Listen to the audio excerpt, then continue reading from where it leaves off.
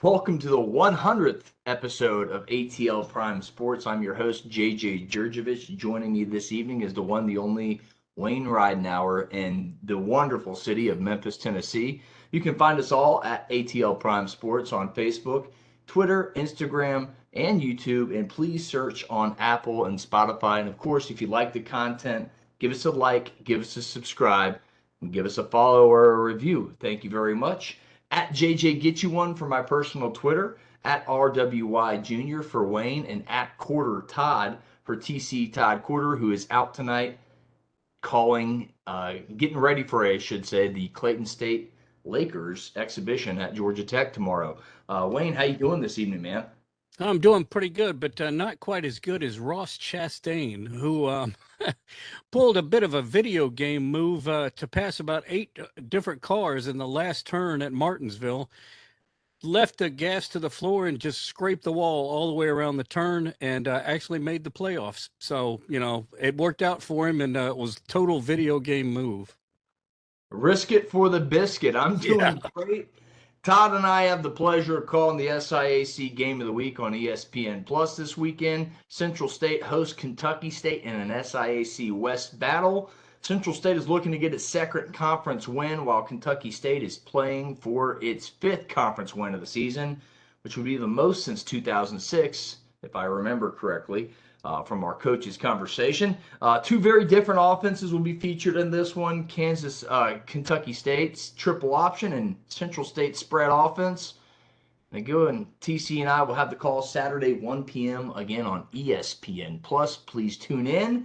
What's on tap for today? We have Dave Cohen joins us for our weekly Georgia State football update. We talk Tennessee at Georgia. Will the loser get in the college football playoff? The Falcons trade deadline news, and of course our pick six. And without further ado, let's go ahead and welcome back the voice of the 3-5 Georgia State Panthers, Dave Cohen. Dave, thanks for coming on, and how are you this evening?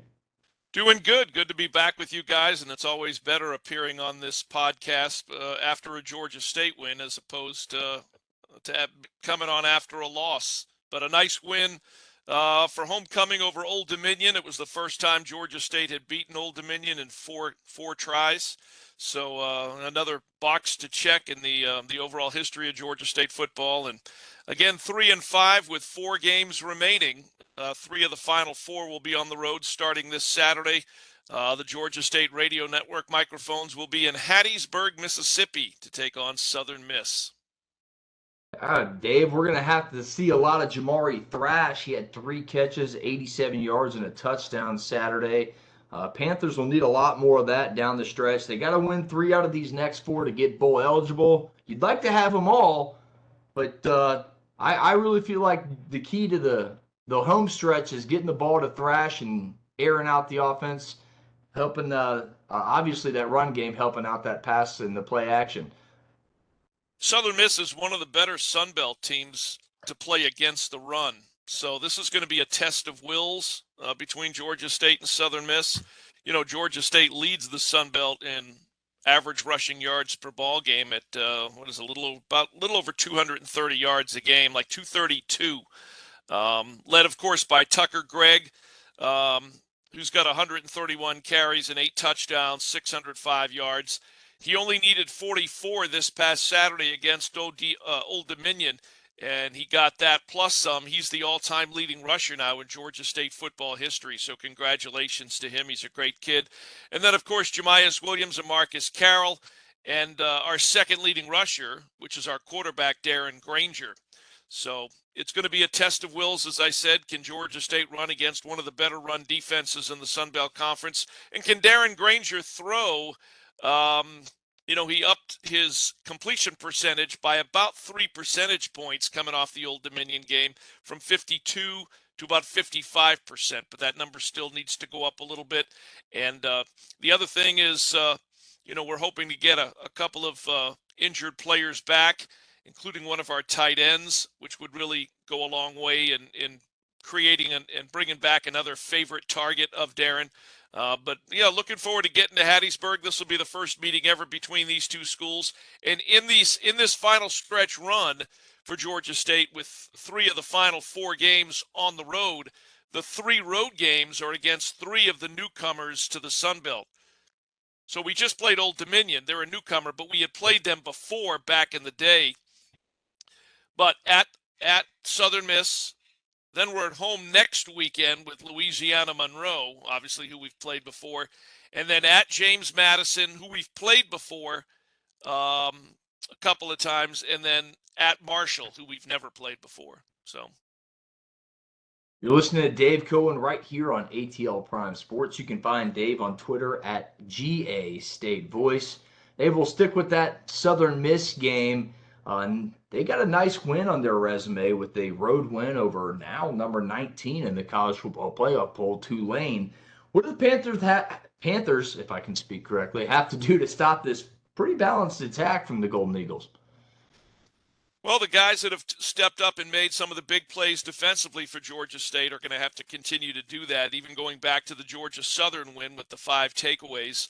And Georgia State has played well on the road, even at times when I wasn't quite sure what to expect, going back to the win on the road at Army about a month ago.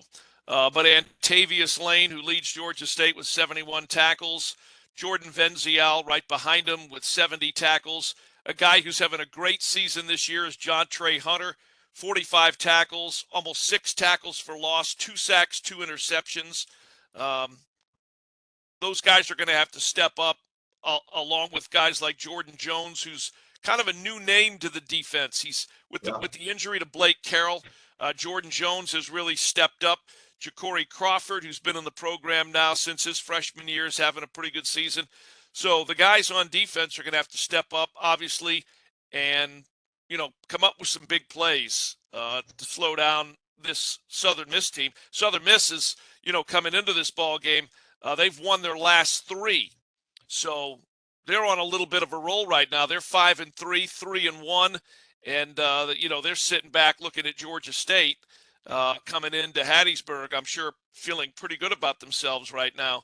But like I said, Georgia State at times has played as well, if not better, on the road than they have at home. So I'm actually looking forward to this football game, and I'm fairly optimistic. Yeah, well, you know what? I watched a little bit of that. I guess it was a Thursday night game with Louisiana playing at Southern Miss, and Southern Miss was really blowing them out. So I guess Louisiana is just still in a rebuilding type of thing. But they had a chance to come back and threw that last minute pick 6, and the game was pretty much over. But I opted to watch that instead of try to find that NFL game that was on the what is it? Prime. Prime thing. So Prime. And honestly, I think I got to watch a better game. Probably Sunbelt football has, in the last few years, Sunbelt football has really kind of risen to the occasion. Even going back to last year, when you look at some of the early season non-conference wins, fast forward to this season, some of the early non-conference wins, and the should have, which was our game at South Carolina, which was very winnable, and our game at home in week 2 against North Carolina, which was very winnable. But you saw Marshall beat Notre Dame. You saw Georgia Southern beat Nebraska. Who's the other one that I'm missing? Coastal Carolina had a big win, I think. Yeah, and then I thought there was one more. I think we're missing one more, but you're right. Sun Belt Conference football is on the up and up, Dave. Yeah, it's on the rise. Adding the 4 teams, they added 4 quality schools to the league after dropping Arkansas, Little Rock, and the University of Texas Arlington because they didn't play football. And I think it's only going to get better. Oh, it was the Appalachian State win at Texas A&M. How can I forget that? Because we played terrible at Appalachian State a couple of weeks ago. But the Sun Belt and App State should have beaten North Carolina. The week before we played North Carolina. So, again, you're seeing each year Sunbelt football, not only within the league, but early season non-conference games, you're seeing the Sunbelt really rise to the occasion and compete with some of the top programs in what we'll call Power 5 football across the country. Are they winning every single game? No. But are they getting blown out? No. So I think you're only going to see more of that. And, we've talked in the past about competing in the Sun Belt's Eastern Division. Say what they will, everything being relative. The Sun Belt East is a beast, as I've said, with App State, Coastal Carolina, now James Madison, Georgia State, Georgia Southern. Who am I missing? Old Dominion. There's just not a week off when you get into your interdivision competition. And even the Sun Belt West has stepped up a little bit. It's been dominated by Louisiana Lafayette over the last few years, but they went through a bit of a transition heading into this year with Billy Napier leaving to take the Florida Gator job. The head coach there now is trying to maintain, but also at the same time steer that program in his direction. Right. And but at the same time, South Alabama and Troy have kind of risen above Louisiana to some extent. And I think South Alabama's already bowl eligible. Troy, if they're not already, is awfully close. So the Sun Belt West right now is going to go through either Mobile or Troy, Alabama, with regards to whoever's going to win that half of the Sun Belt Conference.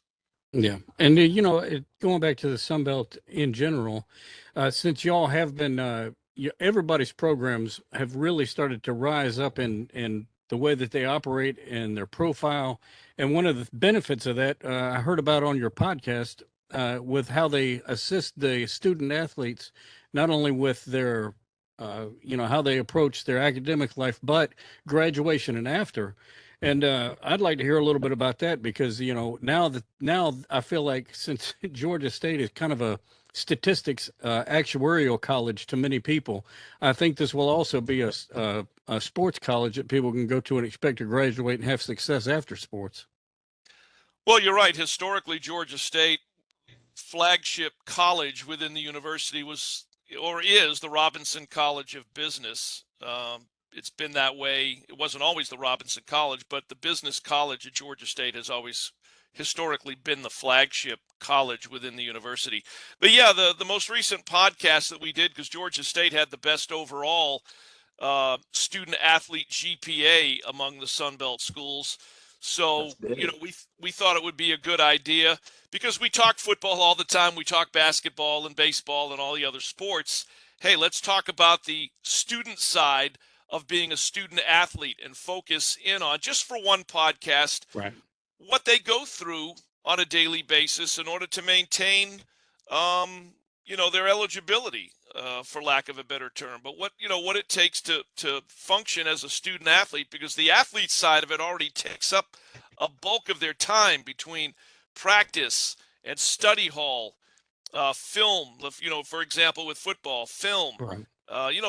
Those football players are at the practice facility pretty early in the morning. They practice usually starting at 9 o'clock, and it goes till about 11:30, 11:45, and then they go to lunch, and then it's time to, most of them have afternoon classes. Then it's time for class, and then, the ones that need it, they've got study hall. I mean, it's a full schedule basically every day. I think Sunday is really the only day that they have to themselves for a good bit of the day. But so we had Brad Horton on, who heads up the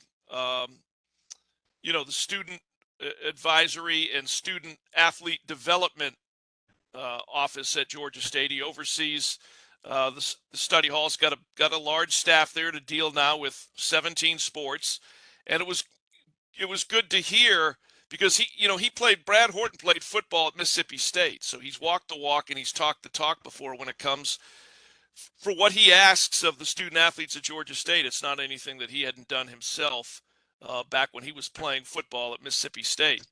But the other thing that he brought up, and Wayne, you and I were talking about this, it's not so much just, hey, go to class, study, come to study hall, make sure you're getting good grades. But there's a little bit more to it at Georgia State in that they've added the aspect to it of they want to make sure that they know that Georgia State Athletics still cares about our student athletes once they have exhausted their eligibility and once they graduate. And so, a whole aspect to the student athlete development is life after being a student athlete, life after college. And so they've got a whole aspect of the program that helps student athletes along the way, but even more so once they graduate, to move into the field of their choice and to be successful in the field of their choice. So again, it's not just go to study hall and go to class and make good grades. That's oversimplifying student athlete and student athlete academic success at Georgia State. And Georgia State's obviously not the only place doing that. Universities across the country, have built big academic support facilities, and they're all generally doing the same kind of work, at least at what we'll call the Division I FBS level. Yeah. Well, when I went to school, it was Memphis State.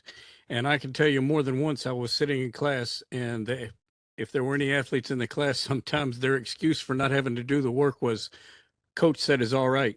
And back then, the graduation rate at University of Memphis State was pretty low. Yeah, Georgia State has a very respectable graduation rate for its student athletes. The coaches, the coaches are all bought in to the whole process of what it is. I mean, starting with Sean Elliott, who's a former student athlete, the football player at Appalachian State. Jonas Hayes, his brother Jarvis, our new head basketball coach. They're both college basketball players from Western Carolina and then Georgia. Jonas got right into coaching. Jarvis played in, the NBA for 8 or 9 years. So just about all of our coaches have walked the walk and talked the talk before. It's not like they're trying to get student athletes to do something and to understand the importance of something that they themselves didn't do. They've already done it. They know the importance of it. None of them would be where they are if it hadn't been for someone along the way in an academic support system like Georgia State has and like colleges across the country have. If those weren't there, they wouldn't be in the position that they're in. So I think it's something definitely as college athletics continues to move forward, you're seeing more and more resources and money and facilities put into the whole academic support services area. And certainly on a daily basis, I see it at Georgia State. I think I told you guys when I first got to Georgia State, and Wayne, I talked about this on the podcast, there was no academic support service office at Georgia State. And when, I was covering men's basketball and baseball, it was usually the second or third assistant coach or the volunteer assistant who just made sure that all the players were registered to go to class and made sure that they went to class. A lot of times it would be the assistant coach and a GA that would go around and check classroom attendance, Monday through Friday to make sure the student athletes, or in this case, basketball players, were actually showing up and going to class. I'm sure that probably still happens, but not really a whole lot at Georgia State. And, it was actually my wife, Carol, who started the academic support service at Georgia State after coaching tennis at Georgia State before I even knew who she was. So it's come a long way. When I listen to what Brad Horton is doing and has implemented, going all the way back to 1982, when it literally rose out of the ground from not even having an academic support office to what they have now is light years ahead of where they were when they started. That means Georgia State student athletes have been doing a lot of hitting the books. Yeah, that's a good thing. Very much so. Very much so. And, I tend to keep up with a lot of football and basketball players, so I have a pretty good idea. Not every last one, but the ones that I keep in touch with, I've got a pretty good idea of what a lot of them are doing. And there's a lot of success stories with employment and going off. And, that's when you start to feel old, when players that you remember calling games for have been in their jobs for a number of years. They're married and now they're having kids. Yeah. That's how you know you've been around for a while. Yeah. That means success stories over and over again. You're listening to Dave Cohen right here on ATL Prime Sports. You can find Dave on Twitter at GA State Voice. Dave, give our listeners a little quick preview of the game Saturday and how to catch the call. Well, we will be in Hattiesburg, Mississippi, Georgia State, Southern Miss, in the first meeting between these two teams. Again, Georgia State at 3-5, 2-2 in the Sun Belt, and then 5-3 and 3-1 for the Golden Eagles. I've been down there for basketball before. I have never been there to call a football game, so this will be a first. But Georgia State looking, as we've said, to try and become bowl eligible. There's very little wiggle room With 4 games remaining, they're going to have to win at least 3 of those. And even then, that won't guarantee anything because you already got Coastal Carolina, Appalachian State, South Alabama, Troy's close, Georgia Southern's close, and the Sun Belt's only got 5 bowl tie-ins right now. So there could be a couple or 3 6-win teams that end up not playing in a bowl game simply because of the numbers game. But we'll be on our 50,000-watt flagship 88.5 FM WRAS. TuneIn Radio, search WRAS. Our Gainesville affiliate, WGTJ FM 97.5. They're also available via TuneIn Radio. And folks can also listen at lowcountryradio.com. It's our website radio affiliate out of Savannah, Georgia. And then, of course, you can download the GSU Athletics mobile app to your iPhone or iPad. And the audio is on the app as well. So a multitude of ways to listen to us on Saturday for Georgia State and Southern Miss. Yeah, I was listening to the Low Country Radio. That is a very easy way to catch the Georgia State Panthers, folks. Dave Cohen. Remember to tap on the helmet. Got to tap the helmet. Yeah, you got to tap the Georgia State helmet in order to get our feed. They cover like 3 high schools over on the in the Savannah area. So they've got those 3 helmets. Then they've got the Georgia State helmet. And then they have their Listen Live button to listen to their music. But you just got to tap the Georgia State helmet to hear us. Indeed. Well, Dave, thanks for joining us. We always appreciate it. And as always, go Panthers, man. All right. Appreciate it. And hopefully we'll talk again next week after another win. Hopefully 4-5 and 1 step closer to bowl eligibility. Again, Dave Cohen, voice of the Georgia State Panthers. Find him on Twitter at GA State Voice. Thanks, Dave. Talk to Dave hopefully next week again at 4-3. We all hope for it right here at ATL Prime Sports. If you like the content, give us a like, give us a subscribe, and let's move on and talk about the loser of this UGA Tennessee game Saturday. Will the loser still make the college football playoff, or should they even get in? I'll tee this one off, Wayne. I say the loser still has a really good chance if they finish 11-1, because Clemson and TCU could fall. Ohio State and Michigan, one of those guys are falling. I think you could see Oregon possibly drop another game, UCLA, USC. Maybe they cannibalize each other by the end of the Pac-12 championship game.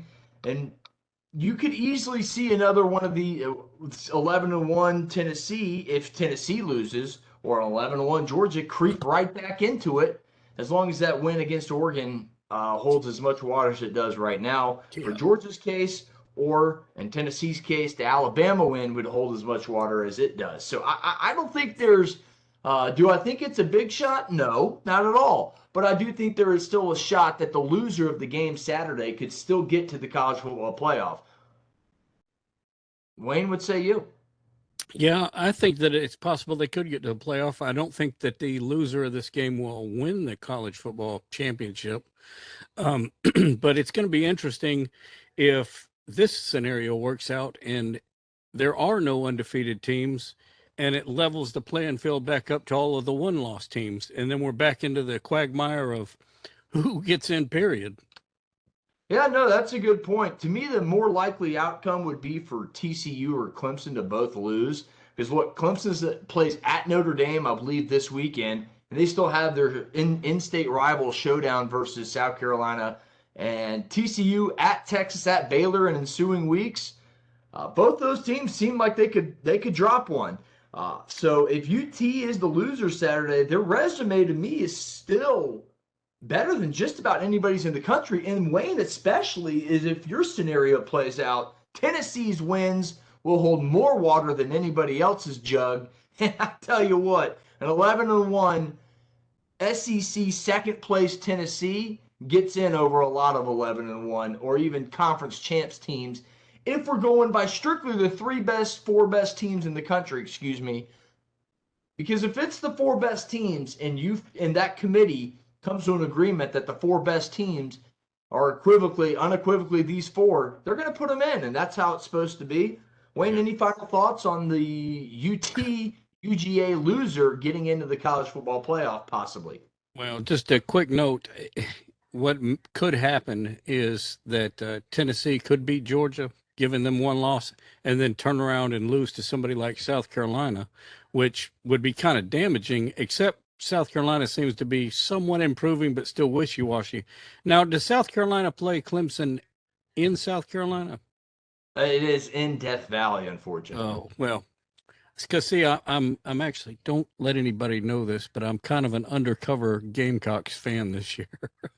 I like Shane Beamer. I really like. I always like South Carolina. They got a great fan base. They put up with a lot of losing, and they're still really good fans. And that's what I like about South Carolina. They'll always you find a true South Carolina fan, they'll give you a good conversation.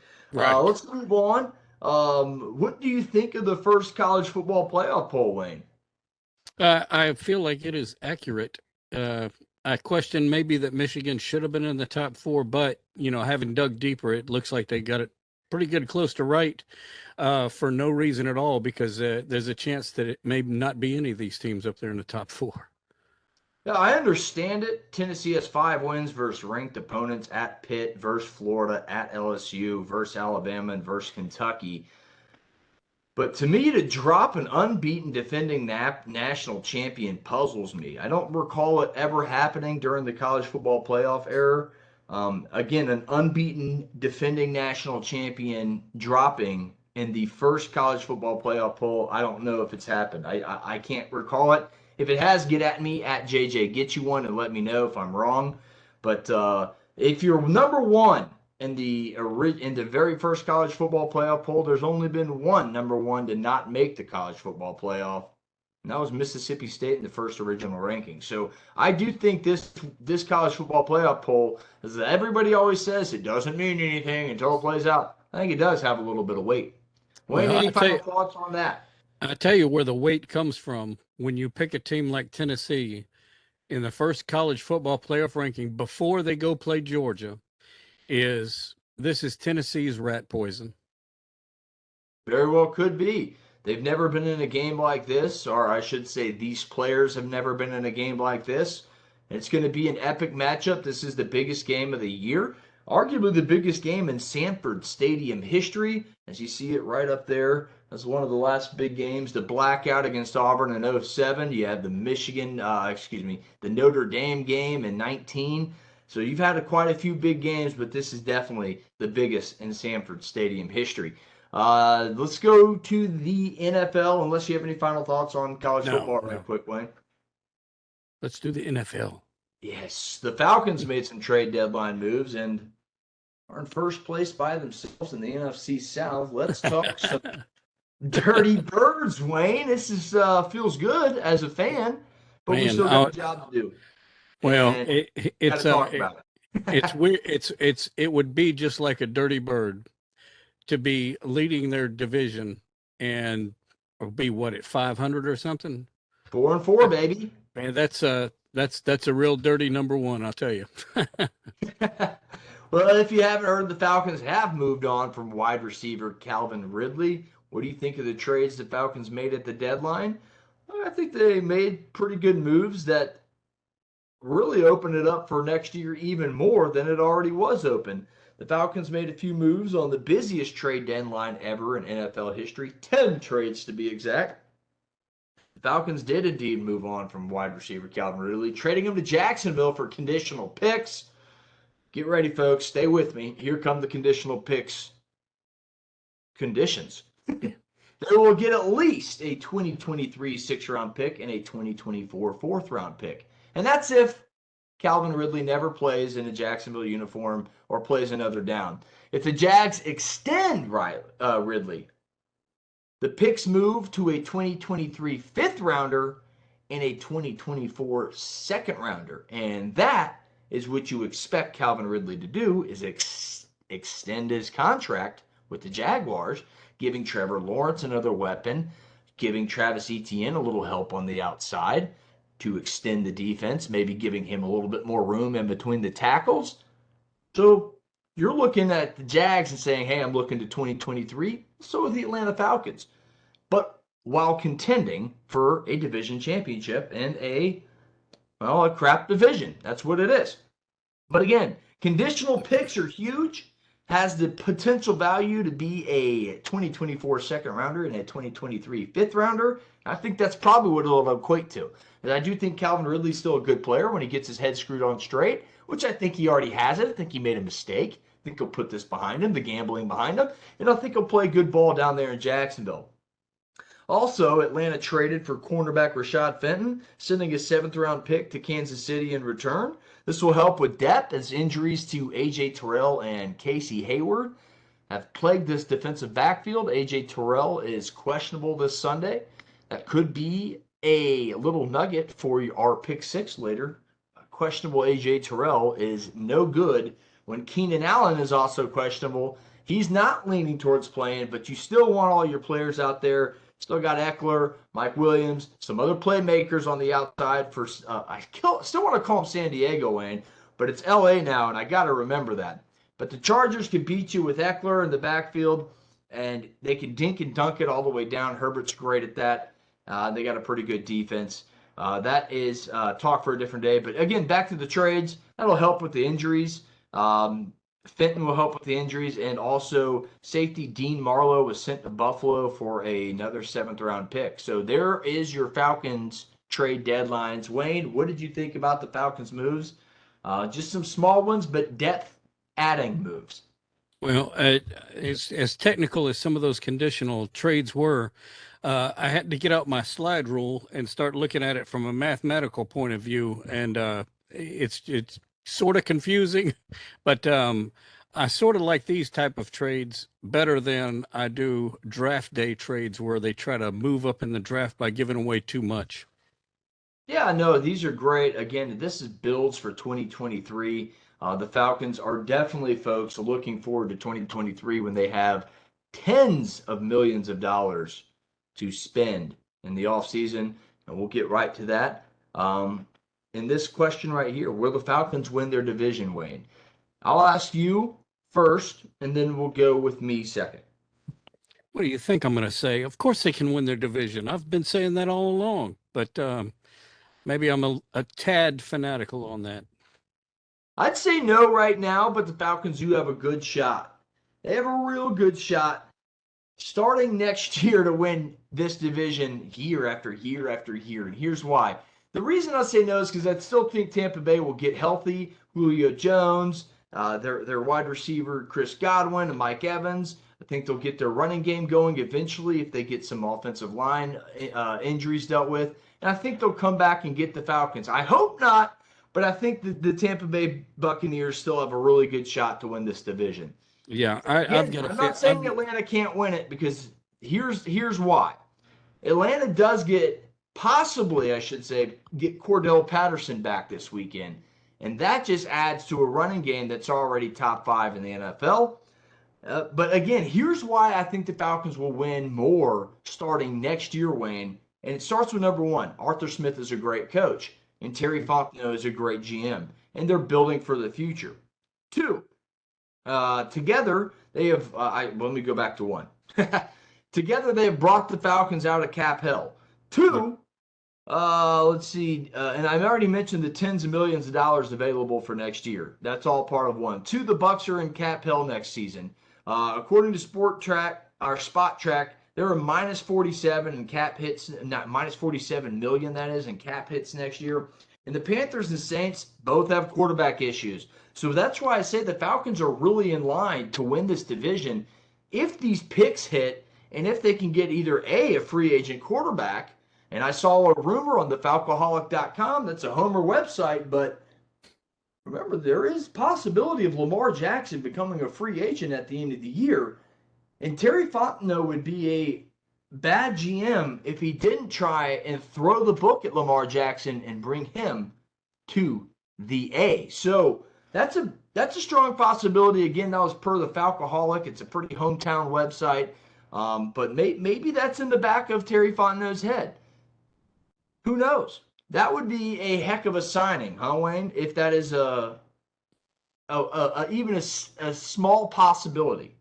Yeah, you just made all the Desmond Ridder fans really angry by saying that. I did, but heck, again, that would set them up to win the division year after year. And again, I go back to it. They really could win it this year. Again, Cordell Patterson back soon, if not this week. He was supposed to practice Wednesday, according to Coach Smith, per ESPN.com fantasy website. Because I've been watching. Is he going to practice? And their schedule is manageable. 4 of the next 6 games are versus teams that are currently under 500, Wayne. So the Falcons do take care of business, and they can get over the hump of Tom Brady. They can win the division, and it's absolutely within their reach. I wouldn't worry too much about Julio Jones coming back, because I get the feeling he'll be back for one game and then back on the IR. That's typical Julio Jones to me. It seems like it's been that way since he's left Atlanta. He didn't play much in Tennessee. They got rid of him, and he hasn't played much in a Tampa Bay Buccaneers uniform either. Any final thoughts on the Falcons and their trade deadline, or anywhere else around the NFL? Some other big trades around the NFL too, Wayne. Chase Claypool going to Chicago, giving Justin Fields another target. Some other big-time trades as well around the NFL. Chase Edmonds goes to Denver to help out their running back situation. Mostert goes to Miami.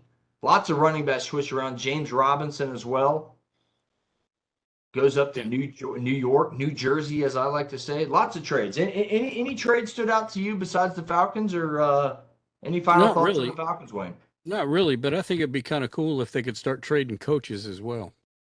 I think technically you can. I'm not into the technicality terms of trading coaches, but I feel like John Gruden or someone was traded or something like that.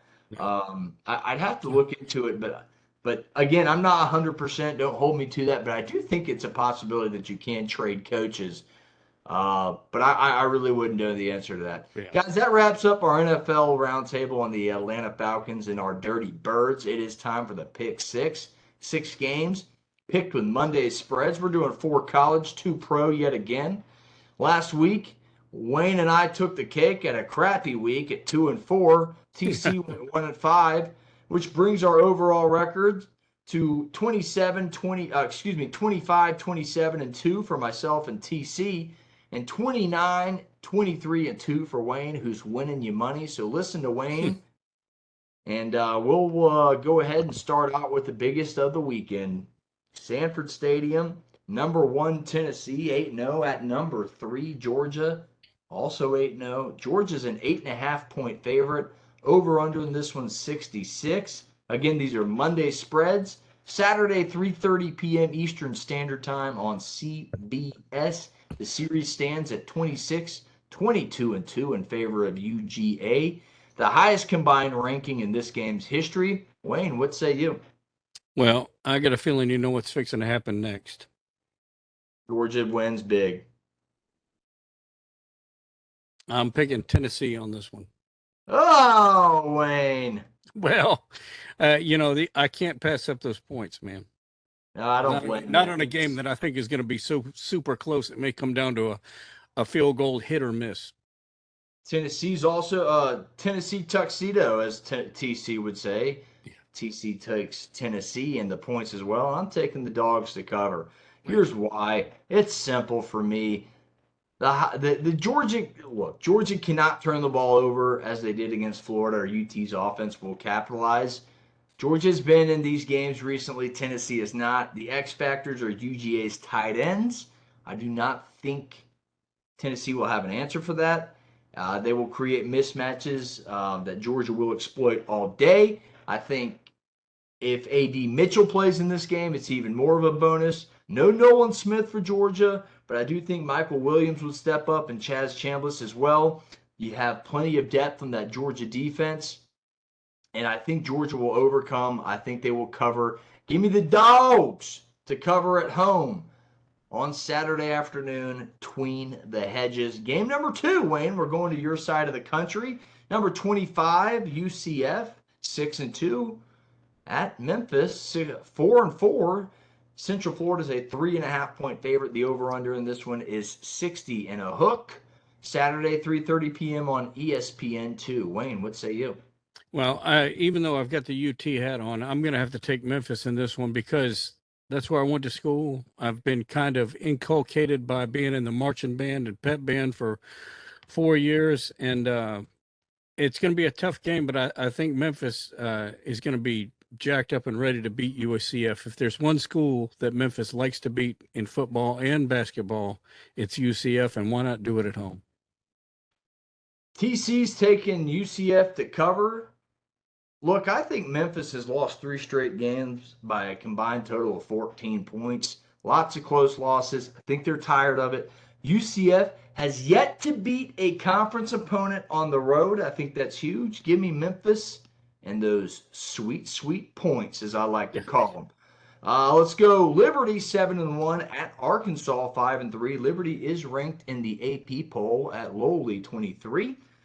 Arkansas is a home 13.5-point favorite. Over-under in this one is 63.